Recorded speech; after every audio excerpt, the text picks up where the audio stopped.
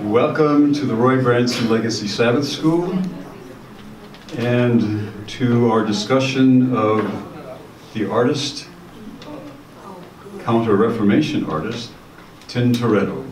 How does one say in English his first name? Jacob? His first name in English? I'm not sure I can pronounce it. Okay, somebody else? Yeah, Jacob. Okay. Jacob, yeah. Well, we're delighted to have this opportunity. We're trying to make good on Roy Branson's thought that this class should have religion and art. And I mentioned that a few weeks ago, and Dr. Kido said, I can do that. So wonderful. Dr. Kido is a neuroradiologist. It's okay. You're already in the way. And diagnostic radiologist. Here at the medical center, he has taught at Harvard and Cornell and Washington University. That's a huge place in St. Louis. And we are delighted that he is here. So let's begin with prayer. Dear God, we are thankful for the great works of art that people have created in your name and for very particular purposes. Sometimes good, sometimes not so good. We are thankful that Dr. Kido can help us understand this very interesting and very important person today. In Christ's name, amen. Amen. Can you hear me? Not very well. I would like to have a disclaimer before I start. And the disclaimer is that I'm not an art critic, and I'm not a historian. So I'm sort of infringing on people's territory. But I have interest in these areas. But before we start, I'm sort of curious to know how many people have been to Venice? Almost everyone in this room. That is terrific. The other thing is, before a month ago, how many people have heard about Tintoretto? And a goodly number, maybe a quarter of us have heard about that. Well, I was inspired to return to Venice after a hiatus of about 50 years, or almost 50 years, by this article in the New York Times, which appeared maybe about, 6, 7, 8 months ago. And this gentleman said in 3 days he saw 150 paintings of Tintoretto. And we were only there for a little while. We didn't get anywhere close to that number. But sort of. But we tried our best. I can say we tried our best to see as many as we could. And because of that, I've done a little bit of reading, and I'm sort of interested in this period. So this is sharing. At the end, there should be some time for discussion, and any corrections are welcome. So these are just pictures of Venice. But anyway, the talk is going to be Venice, the Counter-Reformation, and Tintoretto. And what I'm going to try to do is show that these things are somewhat related in a very interesting and important time, because these people were sort of at the beginning of the Enlightenment, sort of ushering in the Enlightenment, a really important time period. In order to do that, in order for me to show you the importance of Tintoretto, I've got to talk about, as I said before, Venice and the Counter-Reformation. So, so to start out, this is obviously a map, and you can sort of see Venice right there. And the thing I didn't realize until I went on this trip, a guide pointed out to me when we were visiting this area right in here, Trieste and Undan, in these areas, is that there is sort of and this is Vienna, that there is a way to get from Vienna down to this area fairly easily. And this is the way, and this is the reason why the Vandals, the Goths, Attila the Hun, why all these people came down this way, because that was the natural way to come.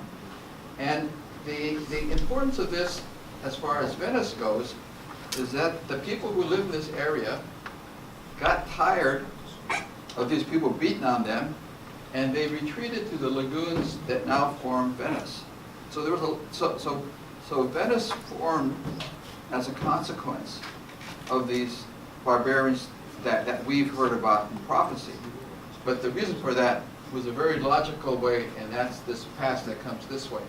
Venice was also very strategically located for another way called the Brenner Pass that leads up into Munich in that area.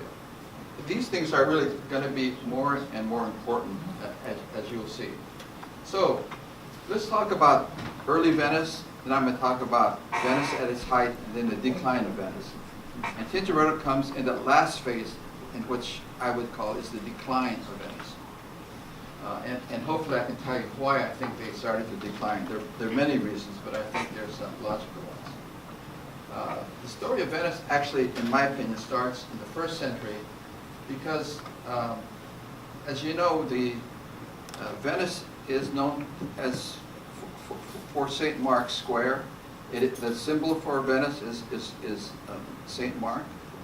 But I was sort of surprised to find out that Mark actually, when he went to Alexandria, and it wasn't until 828 at the bottom, in which his body was moved from Alexandria to Venice.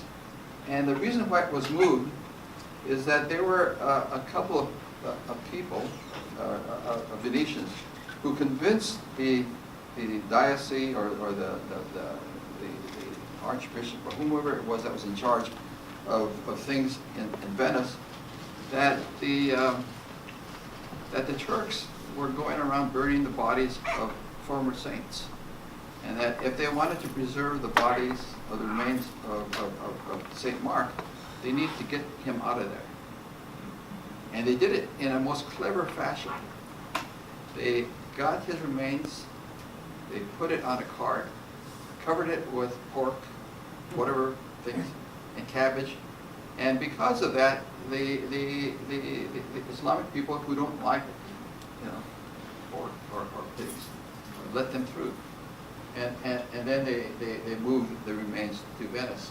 And actually, that gave Venice the kind of prestige that it hadn't had before that. Because in 810, Charlemagne's son was sort of told to go take care of these Venetians, but he was unsuccessful. And it was from then on that the Venetians began to identify themselves as a real entity. And then with the body or the remains of St. Mark, they had the notoriety that went, and that's really when people say Venice really took off. So, I'm going to show you some pictures that go along. This is a picture of the people preparing for the invasion by Pepin, Charlemagne's son. This is the battle itself, and these are dramatic pictures, aren't they, of the Venetians fighting off the Charlemagne's son's army. And this is the first Tintoretto I'm going to show you. And I'd like for you to appreciate the ability of Tintoretto to use light and colors and put drama in there. He really was a very dramatic painter.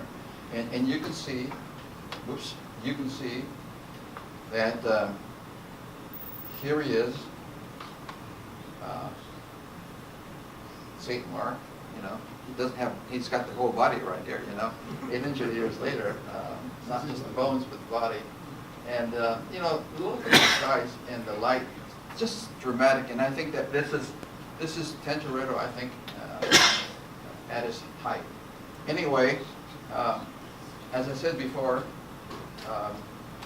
during this interval of time, as Venice was starting to gain its strength, it was also a time at which Italy was going from cities to now regions, and so there was a great deal of turmoil in this time, and cities, whether it was Florence or Milan or whatever it was conquering territory around there, and things were, and so things were differentiating, and so Venice did the same thing, and this is a battle they were having with Padua, one of her neighboring cities, But everybody was doing this, and eventually there was going to be a consolidation of 7 or 8 major areas of Venice. So now, around 1000, Venice becomes a really powerful, one of these big powerhouses, and one of the strongest. And so here we have, at the time of the First Crusade, we have Venice being the jumping off point for the Crusades. They supplied the ships and the provisions, and guess what? They were making money. I mean, Venice was in this strategic position where people were using their ports and their ships, and they were getting wealthy. By the time of the Fourth Crusade, which was really a significant turning point, because Venice had become powerful enough that when the Fourth Crusade took over, they had enough influence that they said to the people in the Crusades, why don't you just stop over in Dalmatia, which is right across the way, which was starting to compete with them for trade, saying, why don't you just get some supplies from them? And basically they went there and they ransacked this city right here, which has recovered nicely. And then they went on to, guess what, Constantinople.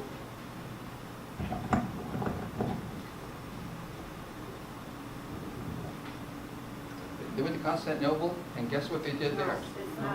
They ransacked Constantinople. That's worse. No. Put it on the other side. But I think he's always talking to this. Okay?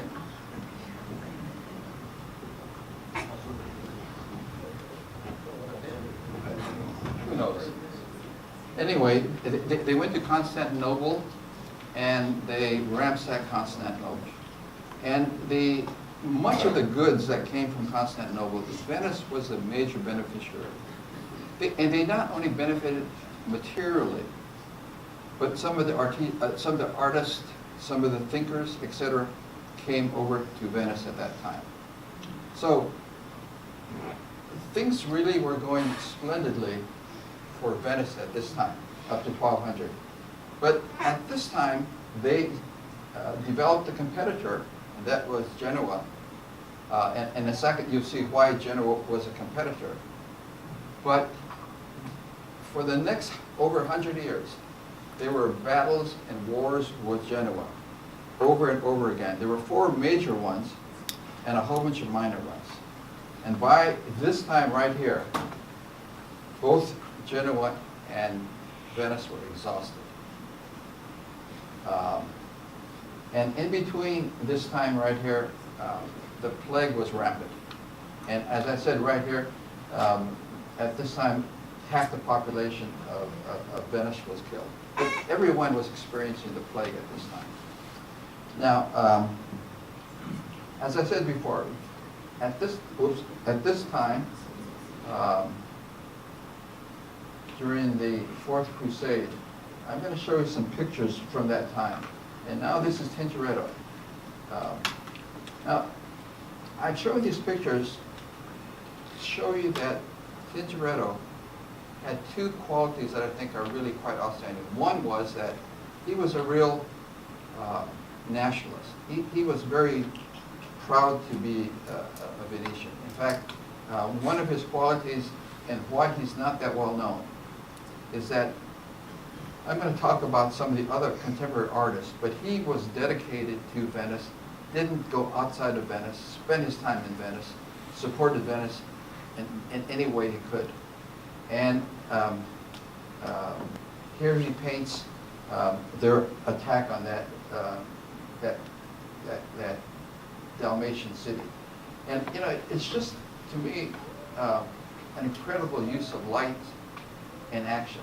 And here's the center of that. This is a picture of them attacking Constantinople. And here you see their famous red ships. And right over here in front, you can see how they used to ram into each other to try to destroy each other. And this is in the opposite order, but here you can see the famous walls of Constantinople. But anyway, as I said, Titian was a nationalist, and he was proud of what Venice was all about. And he painted he painted quite a number of pictures like this. Well, almost 50 years ago, Alyssa and I visited Venice while I was in the Army. And these are pictures of the original horses that were brought back from Venice. The real horses are now in a museum inside. Yep. But this is when they had the real things there. And this is, of course, Alyssa posing with me. Now,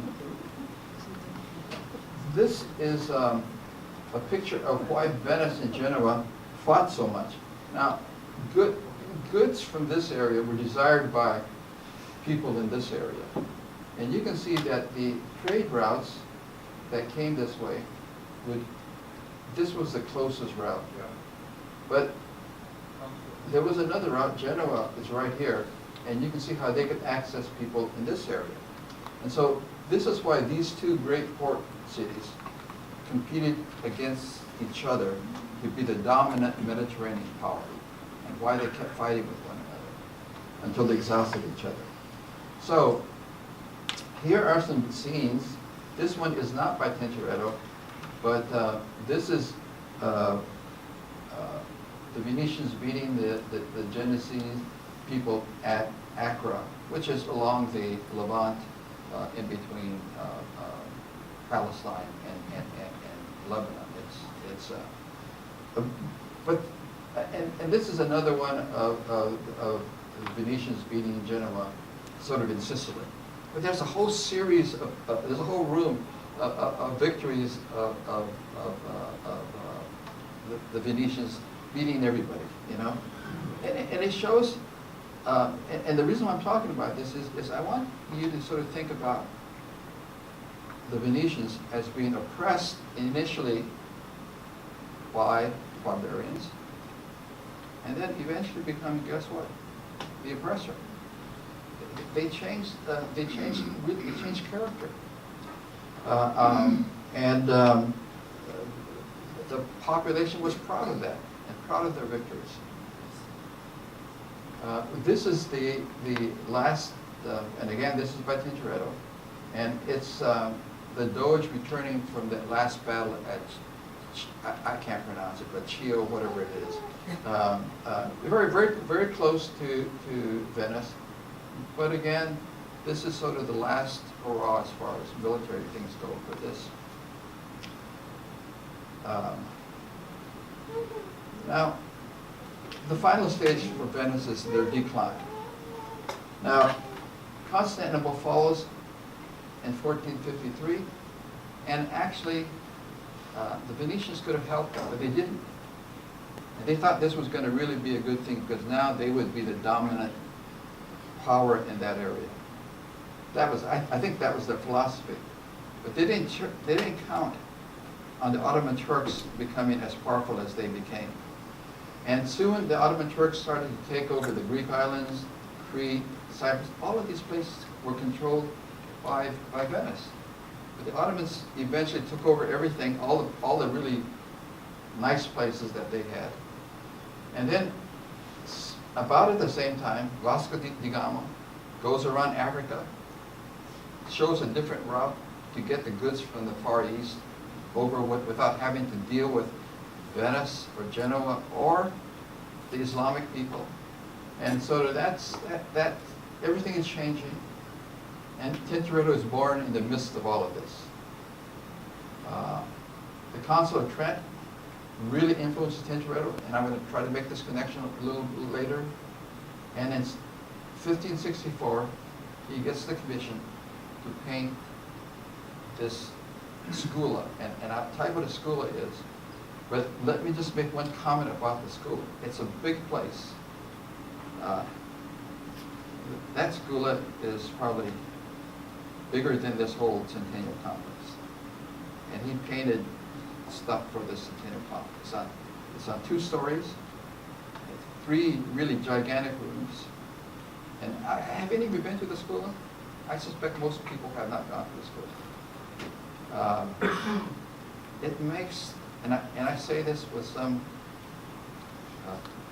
trepidation, it makes the Sistine Chapel that most of you have been to look tiny.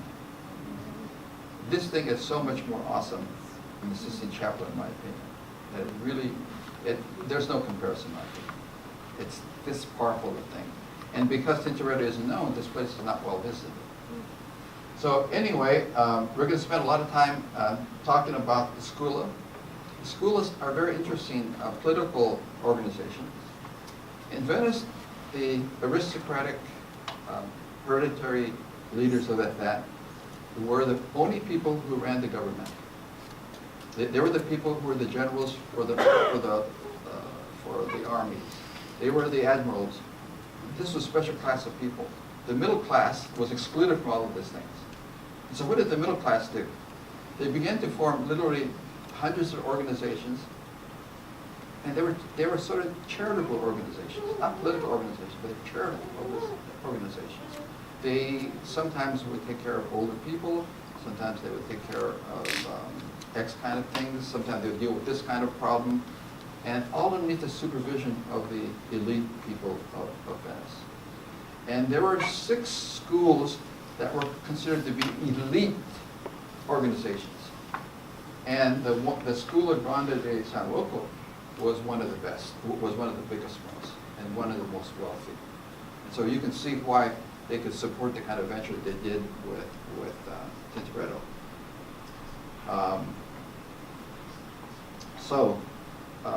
These schools were very interesting, benevolent organizations all over Venice. And the great paradox that I'm going to point out is that you have these organizations that are all over Venice, and yet morally, as a whole, Venice was maybe the most corrupt place on earth. And I say this because it is said that the population was roughly 150,000 people in the Venice area. So if you say maybe half of them were women and children, that gives you maybe 70,000 men. And there were supposedly 12,000 prostitutes at that time. So that's 1 for every 7 or 8 men. And the prostitutes actually complained to the high consul because they felt that their business was being compromised because there were so many male prostitutes. So I'm just talking about the female prostitutes. I'm talking about the male prostitutes at that time. So you can sort of imagine what kind of cesspool Venice was at that time. And it is within this complex, in this very complex time of fighting, whatever else is happening at this time, that you have Tintoretto, who I would suggest to you is one of the most devout kinds of persons that you would hope to meet. Absolutely committed to the church, absolutely committed to the Reformation that comes from the Counter-Reformation. And we will start to visit some of his paintings in a second. The other thing about this time that might be worth going over for just a second is there's this Pope, Clement VII, who has been termed, who's not known by anybody, I don't think, but he's called the Unfortunate Pope. He's called the Unfortunate Pope because Martin Luther was doing his thing up north, and he had to deal with that. Henry VIII broke off while he was while he was in power. And then, worse than that, he sort of sided with Francis I, who was a real opportunist that he sort of went everywhere with the wind. But because he sided with Francis I against someone called Charles V, who ran the Habsburg Empire, Charles V got angry with him, as you might gather, and went and sacked Rome while he was Pope. So he had good reason to be called the Unfortunate Pope, I think. He lived at the wrong time. Seemed to have been a good person, but lived. So it is within this context now that we come to the artists that surround Tintoretto. We're going to come to Tintoretto. There are many of them, but I would like to suggest that these were maybe the most prominent ones, and maybe if I were to ask you, this is the person that, for art aficionados, that you would say is the person that is the best known of the artist. And so, but I'm going to separate these two groups of artists into this group right here and this group here as representatives of artists in Venice. I would say Titian was what I would consider to be a commercial artist. He was out to make money, do the politics whatsoever. And as I'll point out later on, he was considered to not only be a big artist in Italy, but he was sort of the court painter at a time for Spain. But he painted in France, he painted everywhere. There are more paintings of Titian, of people that wanted to get their pictures painted by this very famous person. And so they're everywhere. On the flip side, I would say the lower two are probably more religious painters. And as you will see, Tintoretto, I think, is the hallmark of a person who painted very devoutly in reflecting what happened in the Counter-Reformation. And this is where the Counter-Reformation becomes important in understanding Tintoretto. So, this is a picture of the great Titian in this church of the brothers. And you can see how dramatic he can paint. And this is a picture that's a little closer up. It's called The Assumption of Mary. I think everyone that goes to Venice, if you're with a guide, will probably take you here to see this particular picture. It's really quite outstanding. But Titian was just as, would go about painting this kind of stuff just as easily. And this is in the Uffizi, and if you go there in Florence, you'll see this. But what's interesting about this is Philip II really liked Titian as an artist. Now, Philip II was supposed to be a very devout person, but I read somewhere where Philip II would like to have portraits and glorious things in the big console rooms, but this is the kind of stuff he had in his bedroom. And so he really liked this kind of Philip II. But this is the kind of stuff that Titian could paint, both kind of things. Whatever you wanted, Titian could paint. He was a commercial painter, in my opinion. This is Giorgione, and he introduced, he painted all over the place too, but wasn't as well known. And this is maybe his most famous painting. And what's interesting about this is he introduced landscape. And I read somewhere that this guy that's looking on doesn't really belong here. Supposedly there was another nude woman there at one time who was painted over for some reason. No one knows exactly what this painting is all about. It's called The Tempest, but it's really to introduce the idea that this person was introducing a new concept in art, and that was the landscape. You know, it's sort of the beginning, things are beginning to accelerate. So these are two guys I can consider to be more secular, commercial kinds of painters. And then, now we're going to talk about Tintoretto and Council of Trent. And I really value what Dave did in giving information on the Council of Trent, because I don't want to go into that, and I've been inadequate to go into that. But the thing that really impressed me about the Council of Trent, which occurred, there were 4 or 5 sessions, big sessions over 20 years. It was really too much for anyone to read. Anyway, this is what I got up from reading small bits about it. And the thing that impressed me is that underneath, I think that was Pius III, there were these fantastic reforms that were done. I mean, he said that bishops and priests had to reside where they were supposed to be.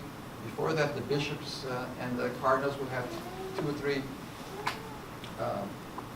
areas that they would be governed, and they would get the resources for those things. Never go visit these places. Same thing with priests.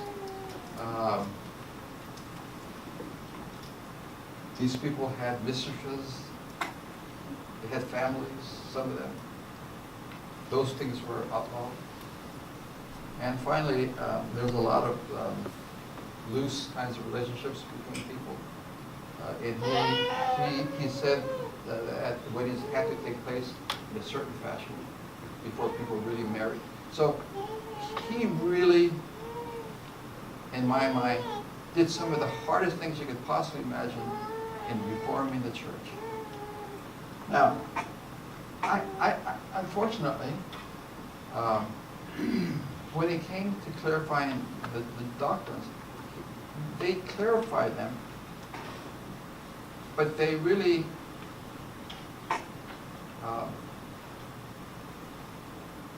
the good ones and the bad ones, they just said, here they are. And I would suggest to you, the sad thing at this time is that I think that the council did the hardest thing, which was the personal, administrative, and personal things. I mean, I would say that there was more opposition than that in some of these doctrines. Because I would say that if you look at many of these things right here, the Catholic theologians have gone soft on many of these concepts here.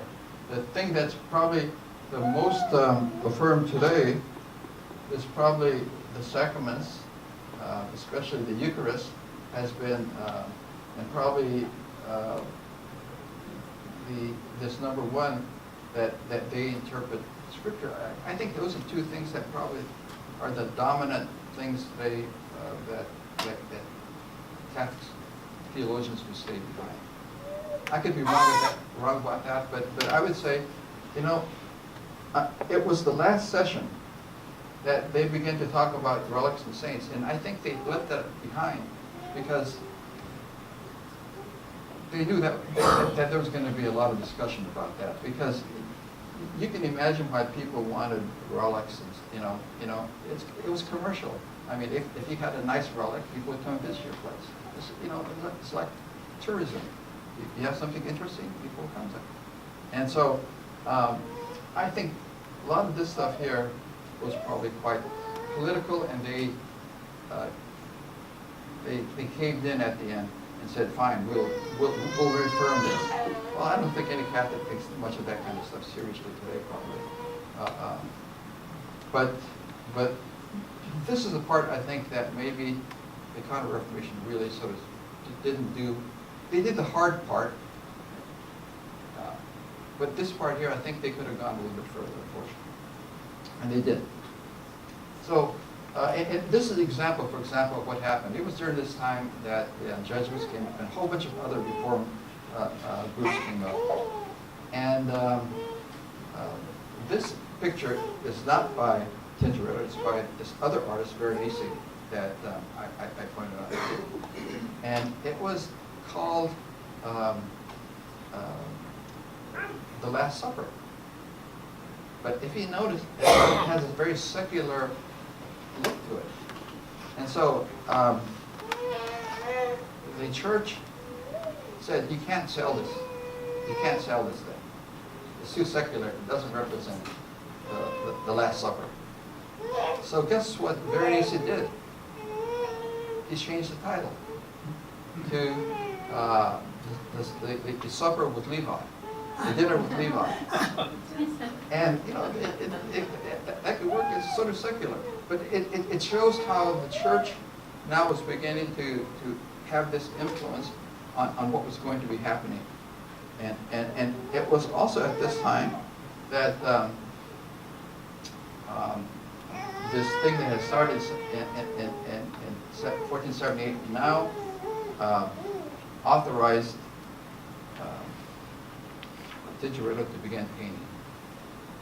And it was called San Rocco because, as I was telling you earlier, there were a lot of plagues everywhere happening.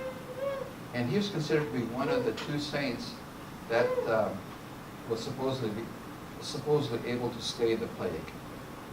And so here you have San Rocco being accepted in heaven by the Father in a rather dramatic fashion. As you come into this one room, you look up there, and there's the saint. This is again by Tintoretto, and it's Christ at the pool of Bethesda. But it's not the way you would ordinarily picture that particular scene on what he was doing. But if you would look at this woman right here, there's a red blotch on her thigh, and that was supposed to be a early sign or a sign of the plague of that. And the more closely you look at these people probably all had the plague.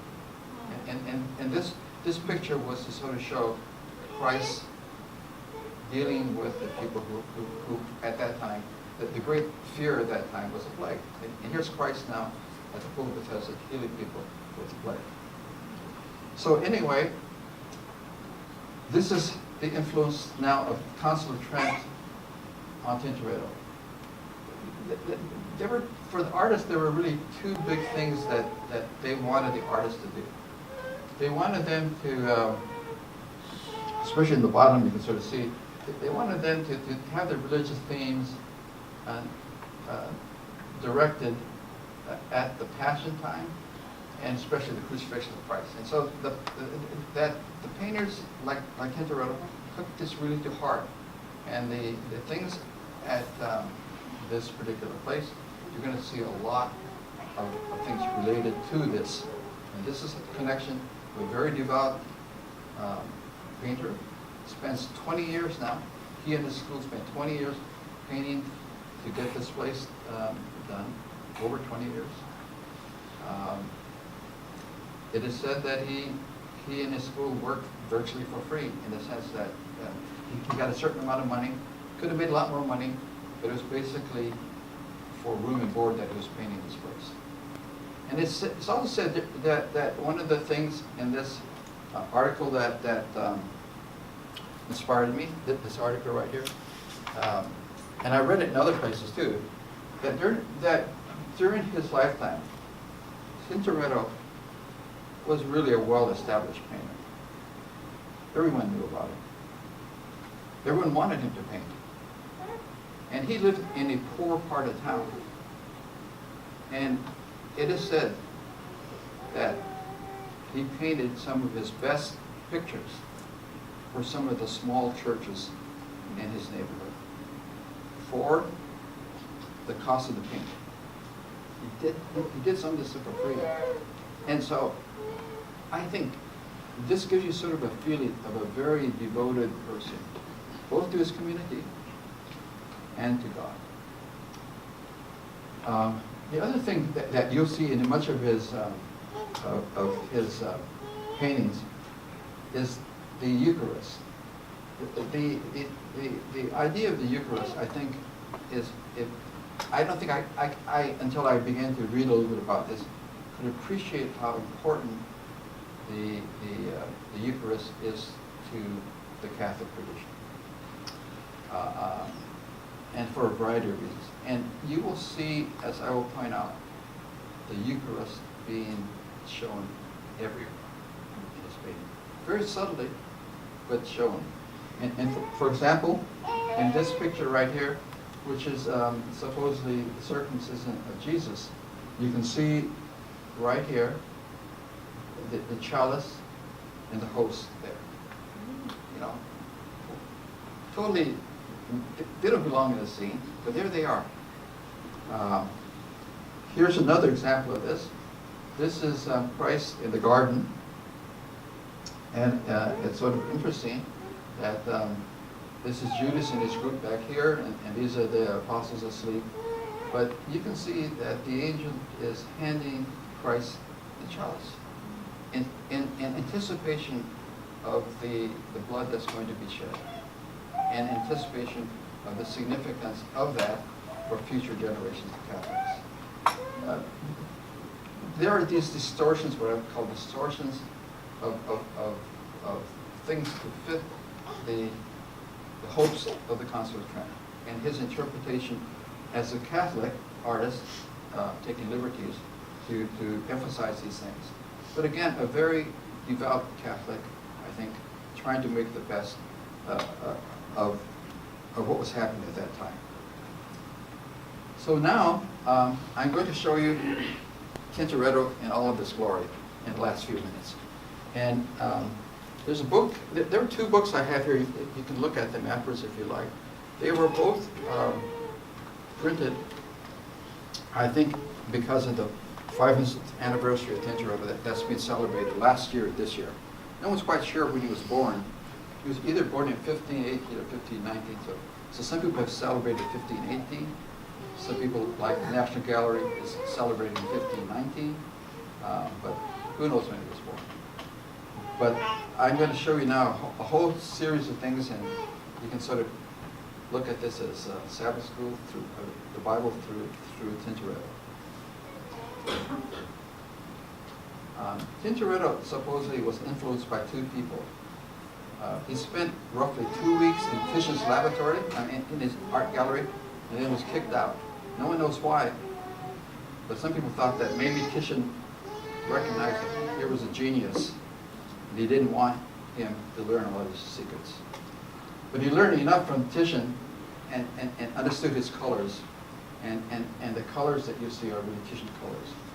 And so Tintoretto had to learn art by himself, and there happened to be some statues of Michelangelo, and people, and he's supposed to have studied those things, and people say that he got his figures from Michelangelo, and he got his colors from Titian. But I think the creation, I think it's a rather dramatic picture. And here he is. Looks somewhat like Sistine Chapel, doesn't it? At least sort of the powerfulness of the figures. Adam and Eve but look at the figures, and he sort of reminds you of Michelangelo's some of his things. This is, of course, Cain and Abel. This is sort of an interesting picture. This is the Jacob's ladder, and this is supposed to prefigure Christ's ascension. And you can see up here, I sort of cut it off, but up here you see Christ. And the other interesting thing, and I apologize for many of these pictures, but I was just taking it with my camera, and the light was coming in various ways, and so I couldn't get rid of some of the shine and things, but I didn't think I was ever going to show it to anyone, so I just took pictures, whatever, to remind myself. And so, but if you look at Jacob right here, he's actually an old man. And as we know, Jacob was a young man when he saw this dream. And some people postulate that maybe Tintoretto was suggesting that maybe as he came back and at the second time in which he met and wrestled with Christ, that maybe this was some of the things that he was reminded of. And maybe as part of that vision, he saw Christ in his future self. This is a very dramatic scene of Moses. I'm afraid that I don't show you the whole picture here, but this is Moses striking the rock to give water to the complaining people. And what's particularly interesting about this is supposed to one of the important things about the sacraments is baptism, and this is the water. Sort of do that. And the reason why this has some reality in that way is if you look at this more closely, and you look right here closely, that is not a rod, that's a cross. And these are the small things that he did in his pictures to reaffirm the Catholic tradition in a variety of ways. As I said, I think he was a very devoted person. This is another scene from Moses. You can't quite get it, but it's really a result of the children of Israel complaining, and then the serpents coming down here and beginning to attack the populace. And I'm going to show you this part right here. Again, I apologize for the light, but here, these are the people down the bottom where the snakes are getting and biting them. And then here is the part I wanted to show you. Here's the cross, the serpent on the cross. And there are various ways of interpreting this, but probably I would interpret this as, of course, a prefigurement of what was going to happen to Christ. It's almost a picture of the conflict between Satan and Christ at this time. And then you have some people right here that have been saved, etc. But it's just to show you how Tintoretto looked at these things, interpreted them within the context of his Catholic tradition. This is the Annunciation. And one of the very interesting things right here in this next slide right here is, if you note, there is a Bible here in her lap. You know, of course, we know that they didn't have Bibles at that time, but some people symbolize that she was reading about the future Savior to come, and at this time, then the angel came and told her that she was blessed. And of course, the Holy Spirit is going to impregnate her at this time. This is an interesting scene. It's, of course, the shepherds at the stable, done in a rather different way.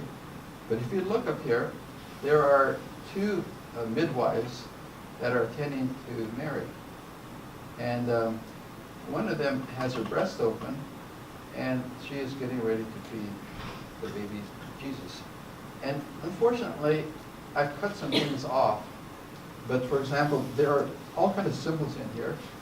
This rooster, right there, is supposed to symbolize Christ.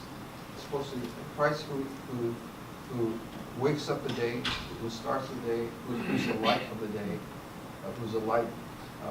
And as I read some of these books, the number of allusions in each painting is really quite considerable.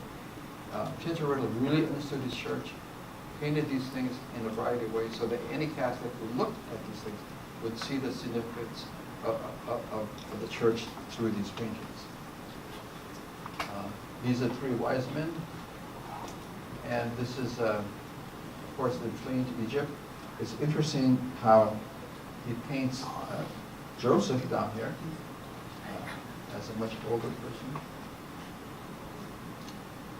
This is the children being killed back in Bethlehem.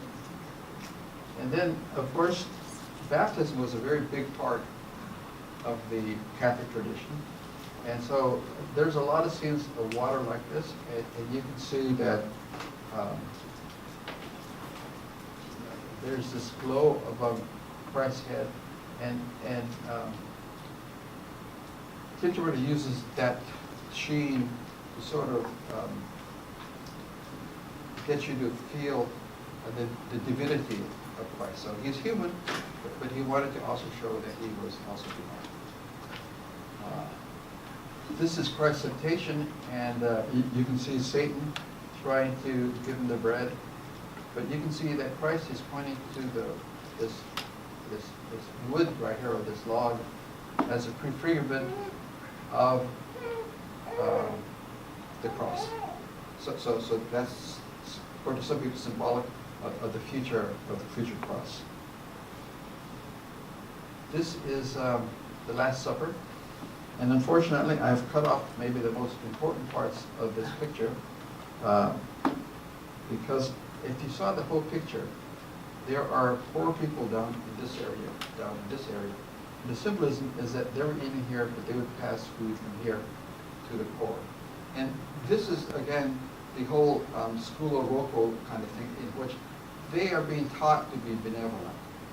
And so it was natural that they would put these poor people and the responsibility of the members of that society to be aware of the poor. And again, in this close-up picture, you can't quite see it right here, but Jesus is giving Peter the bread. So this is a sort of a sign of the beginning of the whole idea of the Eucharist, supposed to see. If you go around Venice, this isn't at San Rocco, but this is in another church, Church of Prague again. But if you go around Venice, there are at least 4 or 5 different Last Suppers. And we saw 2 or 3 of those, and they're all different. Tintoretto was quite an imaginative kind of person. And you can see how dramatic he pictures Christ. And you can see again here the host being given to people. Again, very, very religious. If you sort of turn your head the right way, you can see that Christ is there in white. And supposedly Herod, according to tradition, gave this robe to Jesus because only madmen were supposed to wear white. And so Herod thought Christ was mad, so he gave him this robe. And you can see that Pilate is turning away, as well as many other people are turning away. And some people have said, this is the contrast between truth, who some people said was mad, versus other people who were rejecting the truth. So you know, a lot of these pictures have a very deep spiritual interpretation to them. Again, even this picture of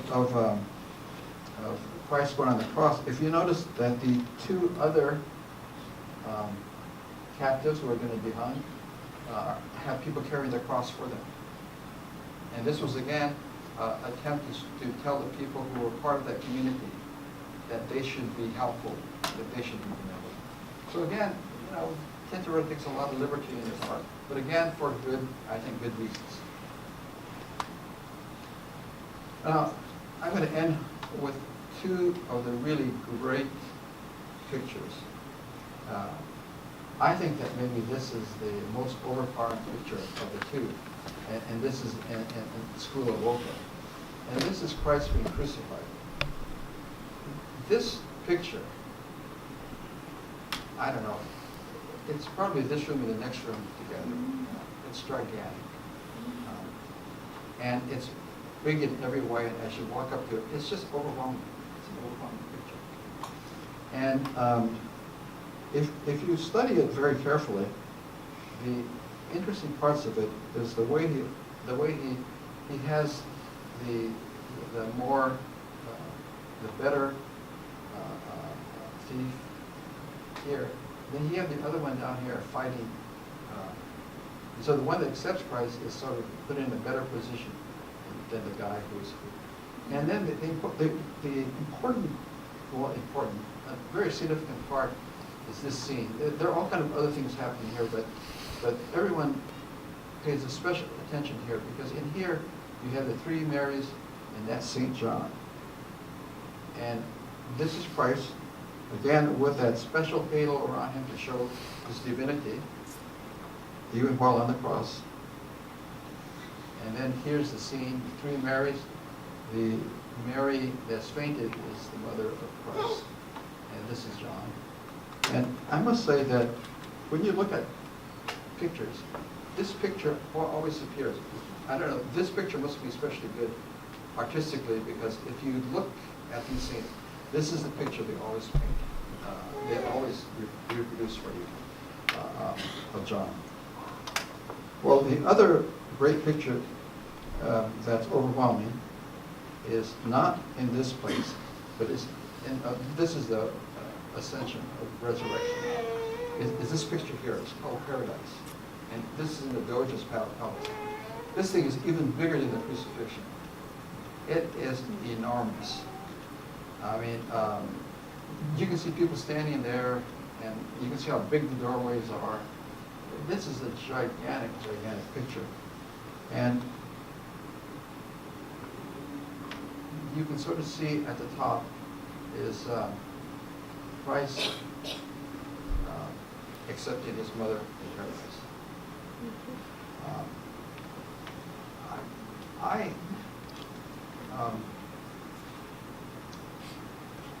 see, I had him end with his conclusions, and then we can ask whatever questions you have. But you know, I think one of the things, these are the 3 lessons I took away after having the chance to sort of reflect on what Alyssa and I had seen. One, and I take these things sort of personally, so I hope I make the transition. I'm not criticizing people. I'm saying, how do they apply to me? You know, I think when we're down, we have a certain humility. We become powerful. We sort of lord it over people sometimes, just the way Venice did. And I think that's a danger that we all have. Council Trent, I think, did wonderful things initially, you know, in reforming itself, but they didn't go all the way. And so I say that it's a lost opportunity. I think so many of us, when we're changing ourselves, again, reform ourselves something, but we don't go as far as maybe we could go. And I would say that was a real lost opportunity, I think, for the Catholic Church. They could have gone further and really saved a whole lot of grief to themselves and didn't have to change positions as they've had to change positions at times theologically. And then lastly, Tintoretto, who I think was a very religious, committed person. I think he was maybe too dependent upon the church. I think if he would have been a little bit more independent, some of his paintings might have had greater significance over time. But because of his dependence upon the church, he painted for the church instead of painting for the Bible or for Christ, I think. Maybe he was thinking he was painting for Christ. But I think that his paintings were limited because of his commitment to the church. So I mean, those are some things that I learned. I really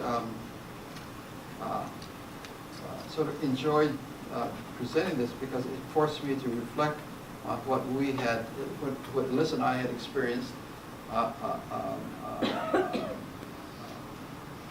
there. And I didn't, usually I let her know what I'm talking about, but I thought I wouldn't let her know what I was going to do to see what she got out of the trip. I think we frequently get different things out of a trip. And so I wanted her to see what I got out of the trip, unbiased by what she. And when Yes. you see the slide, One because second. the slide of me 50 years ago, that he was keeping secret, yeah. Curious to know whether or not he was commissioned to paint a lot of these Yes. by the church or by... No, it was by the school. It was by the society there. It wasn't by the church at all. But of course, the school, this organization, had deep roots. They were all Catholics, and they were obviously a benevolent society. And so, you know, I think that they approved of what he was doing. But I think in some respects, some people would suggest that maybe there was someone from the church that might have been advising him on appropriate topics to hit, because some of them are so consistently and sequentially giving history the way maybe the Catholics would like to have it portrayed. So there's some controversy on that point. But suppose he was independent. I think we're gonna have to end there right at 11:30. You know, I really think this is. I mean, I know this is something that Roy Branson greatly appreciated. He realized that great art, had spiritual connotations to it. So, thank you for bringing that to us at the end. Just want to mention a couple things. We do have the list. If you have not signed up for our emailing list, I have that down here at the end of this bench. And starting next week and during the month of this book, The Idolatry of Blood, I think we have the author with us here today. Dr. Zersher will be here. We look forward to your presentations here. And I'll give this book back now. I'm just trying to think, is there anything else that, I think not. Let's just have our benediction. The Lord bless you and keep you. The Lord make his face to shine upon you and be gracious to you. The Lord lift up his countenance upon you and give you peace. Amen.